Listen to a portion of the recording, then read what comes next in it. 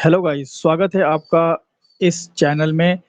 तो हम लोग टैक्सी बुकिंग का एप्लीकेशन बना रहे थे और लास्ट सेशन में हम लोगों का बुकिंग फॉर्म वाला मॉड्यूल कंप्लीट हो गया था। मतलब हमने कॉन्टैक्ट फॉर्म कर लिया, ठीक है, और बुकिंग फॉर्म भी कर लिया। मतलब क्या हुआ अभी तक मैं आपको अगर बताऊं तो कॉन्टैक्ट्स पे अगर हम जा करके और यहाँ पे अगर डेटा फिल करके सेंड करते हैं तो मेरे डेटाबेस में चला जाएगा।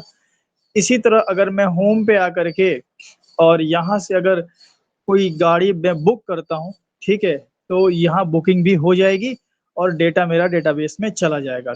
अब ये जो एडमिन पैनल, जो एडमिन साइड जो डेटा गया है, मतलब अभी तो एडमिन साइड हमने बनाया नहीं है। अब जैसे कि ये जो कॉन्टैक्ट है या बुकिंग है, ये कौन देखेगा?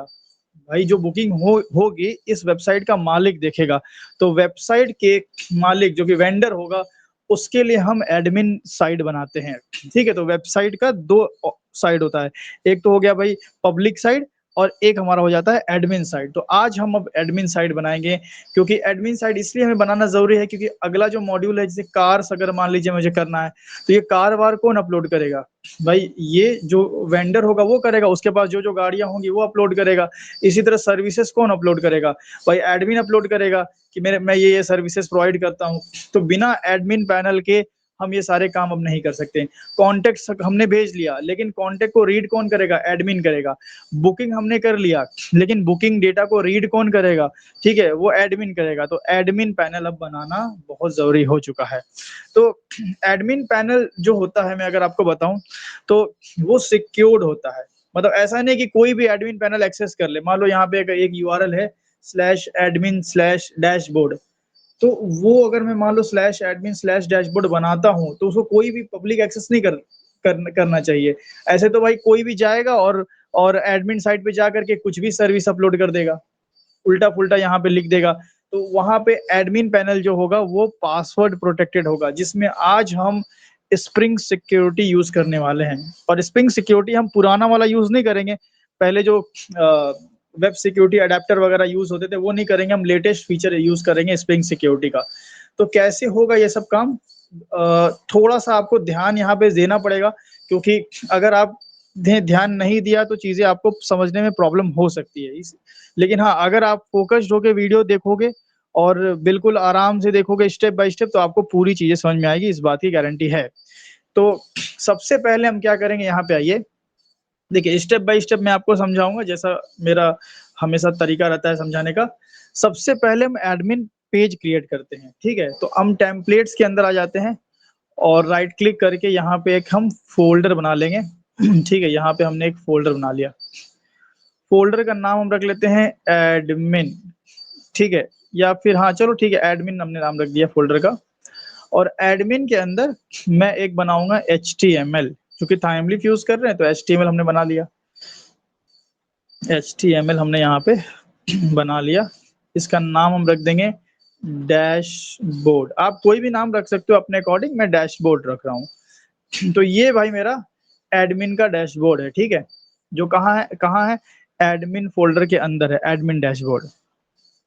तो यहाँ पे अगर मैं देखूं जरा एक बार एडमिन डैशबोर्ड को, ये रहा, ठीक है। ये हमारा एडमिन डैशबोर्ड यहाँ ओपन हो चुका है। जरा इसको हम बड़ा कर लेते हैं थोड़ा। और यहाँ पे मैं अभी इसको स्टॉप कर देता हूँ, या रहने देते हैं। चलिए, प्रोग्राम क्या, प्रोजेक्ट ऑलरेडी मैं रन कर चुका हूँ तो कोई दिक्कत नहीं है। ये ऑटो रिफ्रेश हो रहा है स्प्रिंग डेव टूल की वजह से। तो अब अगर मान लीजिए मुझे ये डैशबोर्ड एक्सेस करवाना है, तो इसके लिए मुझे एक यूआरएल बनाना पड़ेगा, ठीक है। तो मैं क्या करूंगा, एडमिन के किसी भी पेज को एक्सेस करने के लिए, एडमिन पे बहुत सारे पेज होंगे।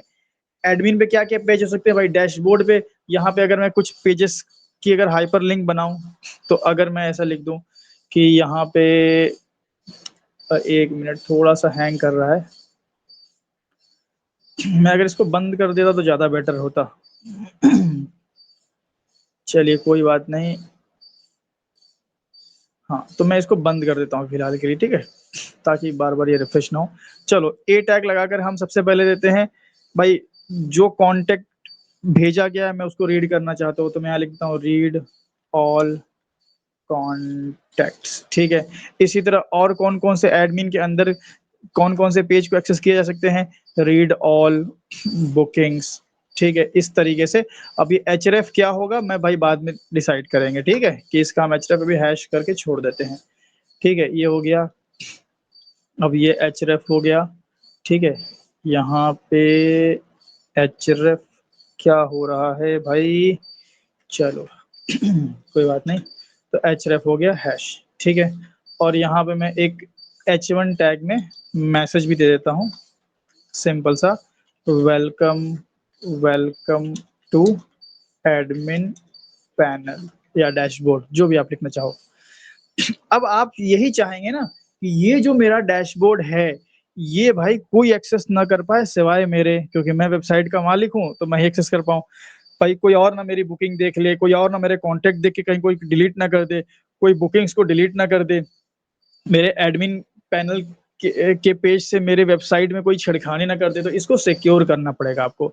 अभी तो ये सिक्योर है नहीं, तो सबसे पहले सिक्योर बाद में करेंगे, पहले इसके लिए एक यूआरएल बनाते हैं, ठीक है। तो हम क्या करेंगे, माई कंट्रोलर को यूज कर सकते हैं लेकिन नहीं करेंगे। हम एडमिन के लिए अलग कंट्रोलर बनाएंगे मॉड्यूलरिटी अचीव करने के लिए। तो यहाँ पे चीजें सेपरेट रहेगी तो अच्छा रहेगा। मैंने बना दिया एडमिन कंट्रोलर, लो भाई एक दूसरा कंट्रोलर बना दिया। अब ये वाला कंट्रोलर कब चलता था भाई, जब मैं स्लैश, जैसे मैंने किया, मान लो जैसे कंट्रोलर ओपन करता हूं मैं, माई कंट्रोलर, अगर मैं यहाँ पे करता हूँ स्लैश वगैरह, ठीक है, स्लैश होम, तो ये वाला चलता था, ठीक है, स्लैश कार्स, तो स्लैश पे ये वाला माई कंट्रोलर चलता था।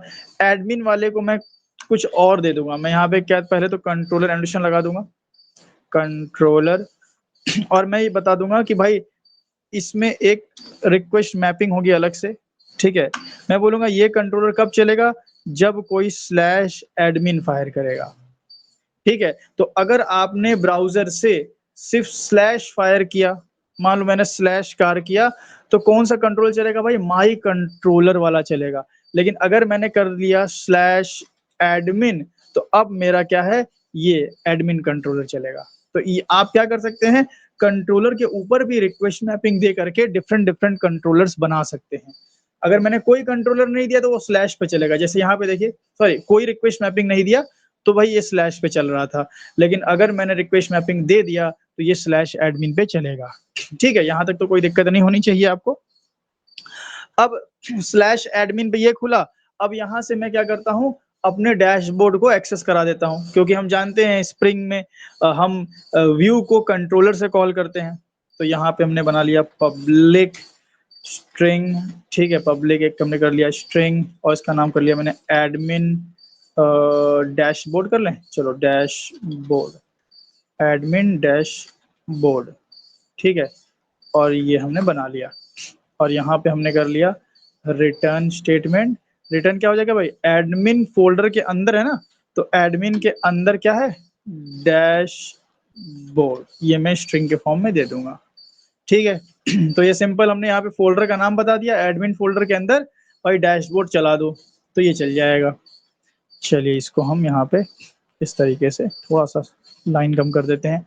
और देन भाई एडमिन स्लैश पे कोई ना कोई यूआरएल हमें देना है, तो यहाँ पे मैं क्या करता हूँ, @गेट मैपिंग कर देता हूँ, और यहाँ कर देता हूँ कि भाई एडमिन स्लैश डैशबोर्ड अगर कोई सर्च करेगा तो ही हमारा एडमिन पैनल खुलेगा।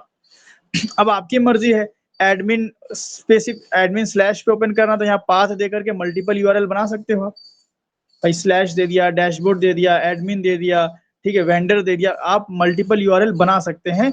ये पहले भी हमने किया है अपने व्यू होम वाले में। अगर आप यहाँ पे आकर के देखोगे माई कंट्रोलर में, तो व्यू होम या कुछ ऐसा हमने बनाया था, वेलकम व्यू में देखिए। इस तरीके से आप भी यहाँ पे मल्टीपल यूआरएल दे सकते हो, ठीक है। चलो मैं एक ही यूआरएल रखता हूँ अभी। तो भैया डैशबोर्ड तक तो हो गया काम।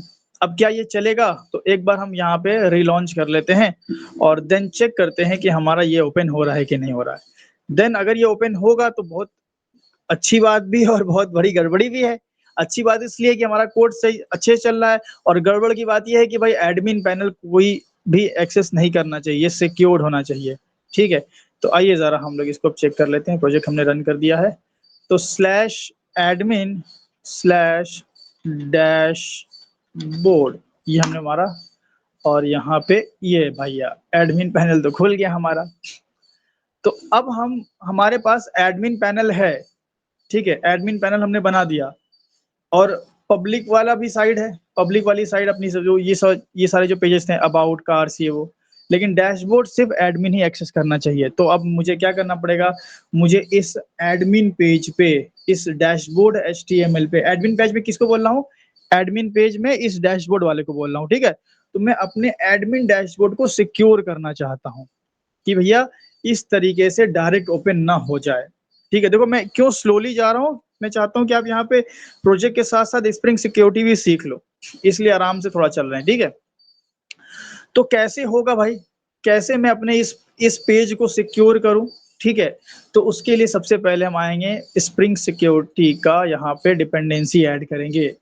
तो आपको यहाँ पे डालना है स्प्रिंग स्टार्टर सिक्योरिटी, ठीक है। आप एक काम करो, यहाँ छोड़ो यार, आप चलो एमवीएन रिपोजिटरी में, ठीक है, यहाँ पे आ जाओ, मैविन में आ जाओ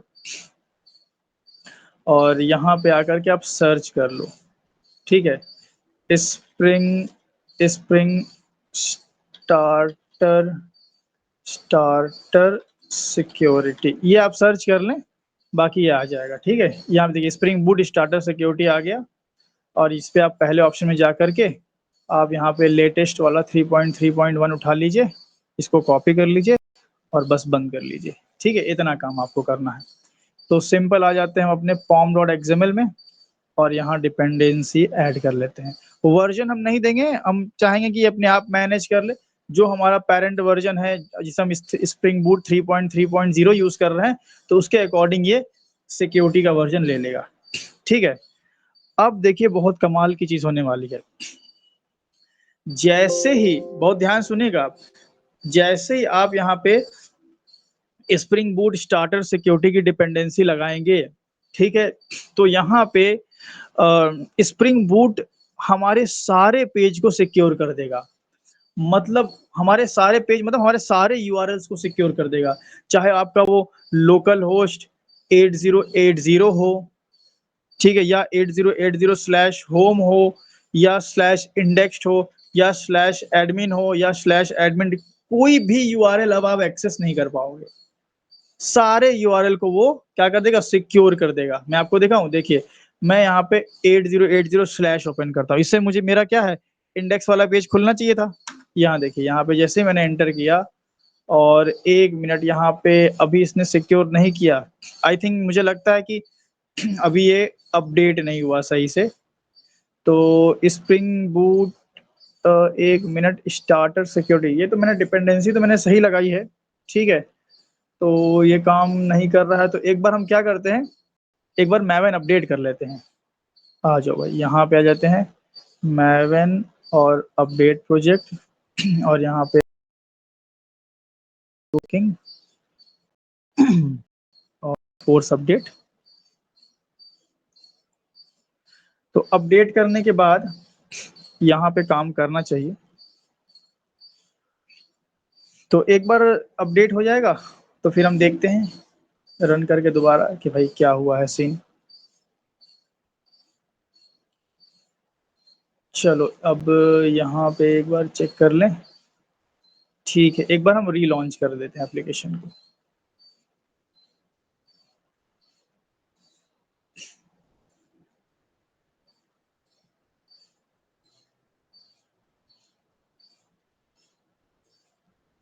तो यहाँ पे रीलॉन्च करने तक समय हम चेक कर लेंगे कि यहाँ मुझे स्प्रिंग सिक्योरिटी का पासवर्ड मिल रहा है कि नहीं मिल रहा है, ठीक है।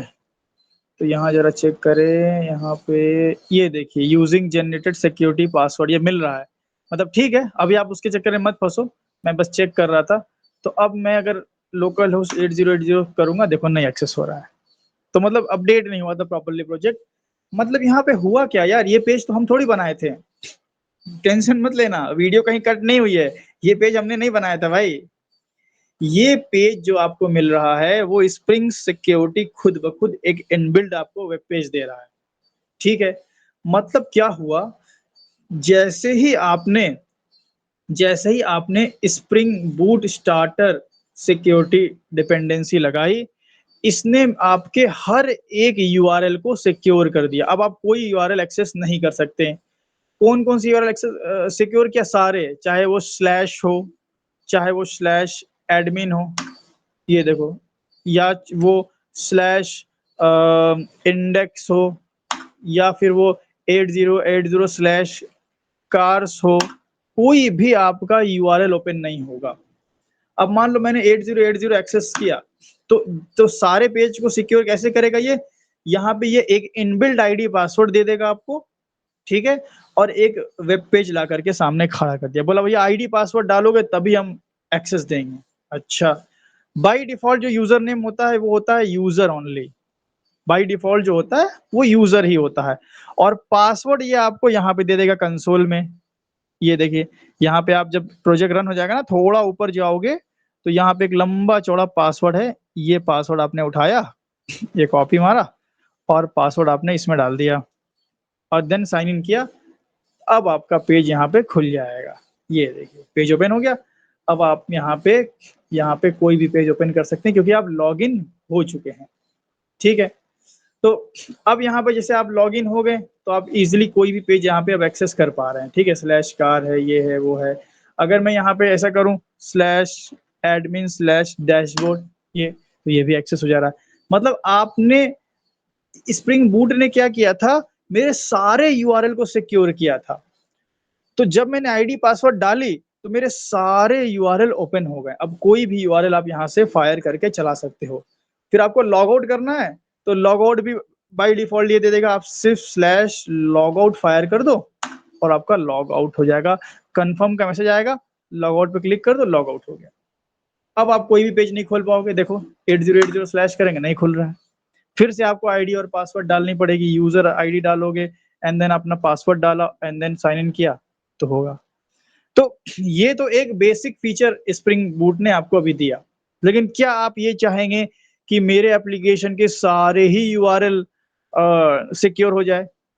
हम ऐसा नहीं चाहेंगे। हम चाहेंगे कि सिर्फ़ एडमिन वाला सिक्योर हो। देखो बहुत सारी बातें हैं, ध्यान समझो। हम ये चाहेंगे कि सिर्फ़ एडमिन वाला सिक्योर हो। एडमिन से रिलेटेड पेज, मतलब एडमिन स्लैश डैशबोर्ड सिक्योर हो या एडमिन स्लैश अदर पेजेस, मतलब एडमिन स्लैश करके जितनी भी यूआरएल्स हैं, वो सब सिक्योर हों। बाकी मेरे दूसरे URL local host slash car, ये वो अदर जो है हमारे ये माई कंट्रोलर वाले जितने भी यूआरएल्स हैं, ये तो पब्लिक यूआरएल है ना, मैं इनको सिक्योर नहीं करूँगा। तो ये काम कैसे किया जाए? इसके लिए हमें कॉन्फ़िगरेशन लिखनी पड़ेगी, स्प्रिंग सिक्योरिटी की कॉन्फ़िगरेशन लिखनी पड़ेगी, वो हम लिखेंगे अभी। दूसरी बात यहाँ पे आपको समझने वाली बात ये है कि जो आईडी पासवर्ड मुझे बाय डिफ़ॉल्ट दिया गया है, भाई बाय डिफ़ॉल्ट आईडी पासवर्ड थोड़ी हम रियल टाइम में यूज़ करेंगे। हमारा जो आईडी पासवर्ड होगा, हम वो डेटाबेस में डाल करके देंगे। जो मेरा जैसे मैं डेवलपर हूँ, अब मेरा जो क्लाइंट है, उसको मुझे एक आईडी और पासवर्ड प्रोवाइड करना है, ठीक है? वो आईडी पासवर्ड डेटाबेस में होगी, जिसको वो बाद में चेंज भी कर सकेगा। चेंज पासवर्ड का उसको हम ऑप्शन देंगे, ठीक है? तो ये सब काम कैसे होगा, स्टेप बाय स्टेप चीज़ें को सीखना है, ठीक है? तो सबसे पहले मैं चाहूँगा कि आप पहले इतना काम कर लें, ठीक है? इसके बाद हम यहाँ पे क्या करेंगे, इसके बाद नेक्स्ट वीडियो हम ये करेंगे कि हम सिर्फ़ एडमिन वाले ऐसा कॉन्फ़िगरेशन कोड लिखेंगे कि सिर्फ़ एडमिन वाला जो पेज है, उसमें ये वाला ऑप्शन दिखेगा आपको। कौन-सा आपको ऑप्शन दिखेगा? ये, ये पेज।